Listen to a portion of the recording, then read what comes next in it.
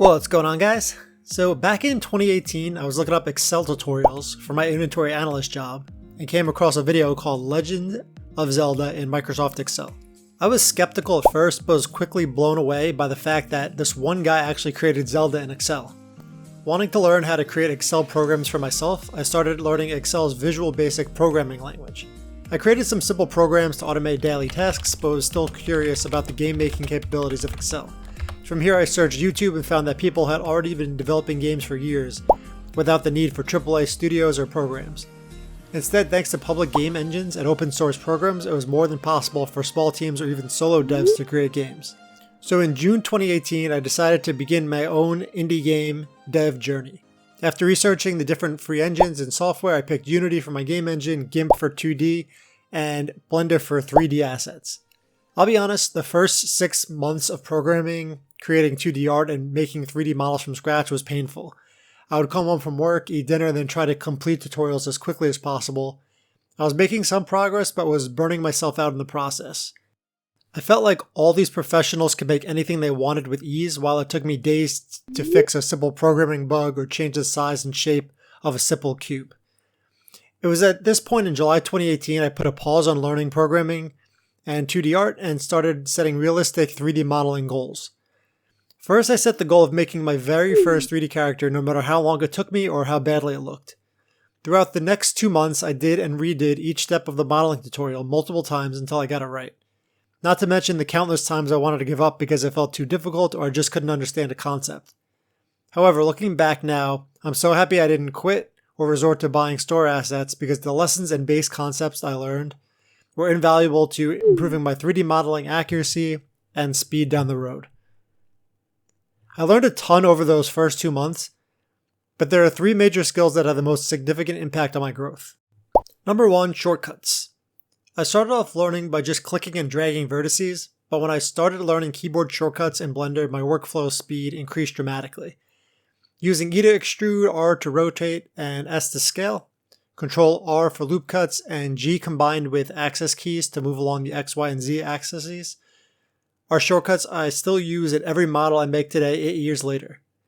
Number 2, modifiers. When it comes to improving workflow speed, modifiers are a very close second to keyboard shortcuts. Being able to create half a model, then use the mirror modifier to merge the other half, basically cuts your workflow time in half. Beveling objects creates rounded edges, which is very important for the softer stylized look I want from my game. I've used this basically on every rectangular asset such as planks, tables, chairs, fireplace, benches, etc. I also love the solidify modifier, which adds thickness to any object.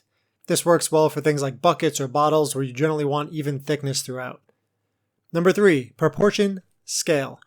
For a while I underestimated the need for proper reference images, not only for the front view but generally 3 images, one for each axis. Countless times I wanted to just jump into modeling because I think I had a good enough reference image in my head. However, especially in character modeling, I found myself making arms too short or characters had the wrong shape from the side view. This led to frustration and a lot of time spent redoing certain parts of the model. There have been times I redid a part that was correct because I thought it looked off, when in reality another part of the model was just not positioned or scaled correctly, ultimately skewing everything else. So I continued learning and applying these lessons for the remainder of 2018 and well into 2019. My plan for 2019 was to create a simple farming scene. I watched tutorials on how to make simple trees, chests, plants, etc. Then I applied that knowledge to the creation of other assets such as cows, chickens, and a dog. Each step led me to learn something new, such as weight painting and adding an armature to the character I made to make it move. Then I wanted him to walk around the scene, so I learned how to animate a simple walk cycle, and then imported it all into the Unity scene. By the end of 2019, I had modeled and animated all the assets you see here. In addition, my programming skills improved to the point where I was able to create a simple mining, farming, fishing, and melee combat system. I finished the year creating a hat and clothes for my character, then expanded the scene a bit by modeling and texturing some of the farming buildings such as a barn, greenhouse, and chicken coop.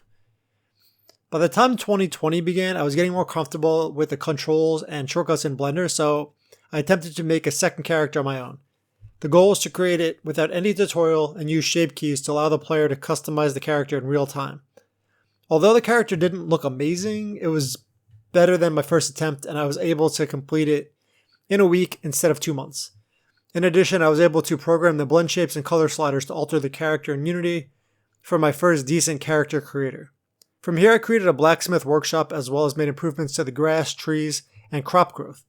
This was done by combining previous knowledge with some additional Unity and Blender tutorials. I started 2021 by watching some Blender animation tutorials to expand my animation knowledge to more than just a walk cycle and simple swing animation. I always loved shooting bows in Zelda games, so I thought it would be fun to create a bow and make a bow shooting animation. I modeled the target, the bow, and the arrow, and then programmed everything in Unity with a bow combat script to shoot the arrow and have it stick to the target. From here, I wanted to try to make my first NPC in the game, so I started practicing my 2D art skills to make some reference images. I ended up using a cartoon 2D image of myself and attempted to make my third character. The goal is to make it look better than the character creator model I made in 2020. Here I started learning about the basic topology of mesh as well as how to properly UV map images onto the mesh. This also took me about a week, but I got a lot better at using shortcuts to UV map and project the image directly on the mesh. In addition, the model looks so much better than the second character I made in 2020. I was excited with the progress I made and decided to apply these new skills to create more static assets for the beach scene. I made a fishing shack for the fishing NPC, along with shells, starfish, and an animated crab. Then I went a step further, creating animated dolphins and fish to then procedurally generate them into an entire ocean scene. It was at this point I realized if I improved my skills enough, the game I envisioned could eventually come to life. In 2022, I learned not only was it possible to animate movement, but it was also possible to animate facial expressions. I attempted this, but was having issues because while my character looked decent, it did not have proper facial topology. So I set out to make my fourth character, this time focusing on creating proper eye loops and face loops along with correct proportions and scale. I used a cartoon 2D image of my cousin for a reference, and the whole process took about a month, but in the end I was able to create the full textured, rigged, and animated character. The new character was able to show a variety of emotions such as happiness, sadness, and anger with both the facial expression and body language. The following month I took this approach and recreated the character creator for my game, this time with a better looking model and additional blood shapes for the player to alter. From 2023 to 2024 I combined my Blender and Unity knowledge once again to create different versions of the same base item through code. I experimented with blend shapes further on plants to get some real-time plant growth. Then I decided to focus on improving the look of the existing models for preparation of the first game demo.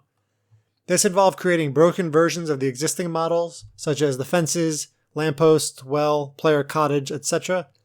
I used desaturated colors for the broken models, too, to emphasize the fact that they needed fixing. From here, I focused on creating cave levels along with cave assets.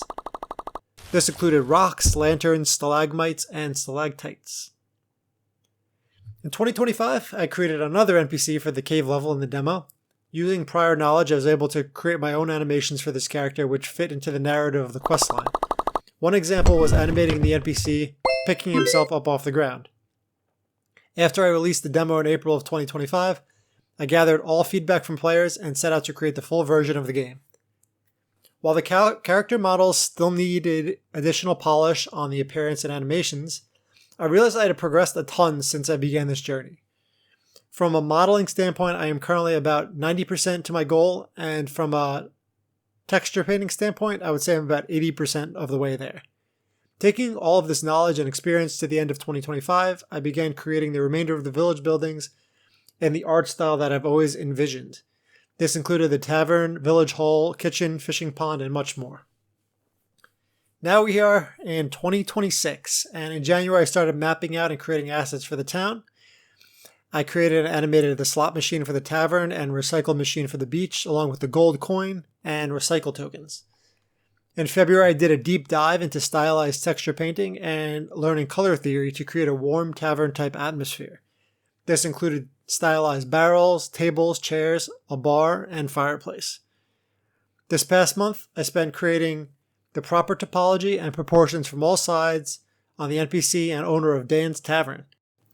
My April goal is to finish modeling the tavern owner NPC and then texture paint him based on the stylized texture painting tutorials I've watched thus far. Ultimately, this should be the reference point for my final character creator model and all remaining NPCs for the game.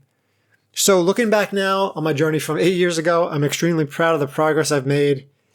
In 2018, it took me 2 months to create a 3D character model, while now in 2026, I have enough experience and knowledge and skill to actually create a fully rigged, animated, and stylized game-ready character in a short period of time. My goal now is to apply everything I learned to this new character and hopefully serve as the quality bar for the remaining NPC characters for the game. Thank you to everyone who has followed this journey, and I look forward to sharing my completed character once texture painting is done. Thanks for watching, and see you all in next month's devlog.